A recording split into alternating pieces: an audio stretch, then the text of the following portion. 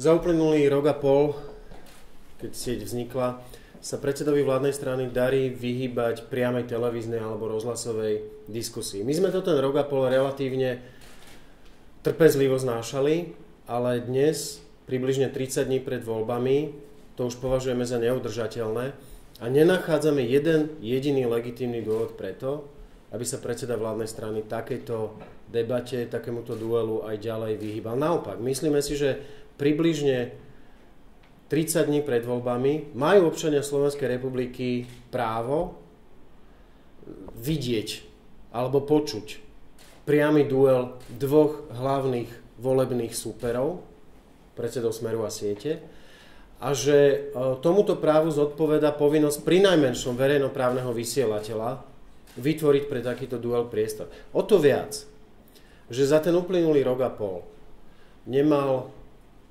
predseda vládnej strany problém len na pôde RTVS vystúpiť 16 krát sám a viac ako 16 krát s predstaviteľmi iných strán.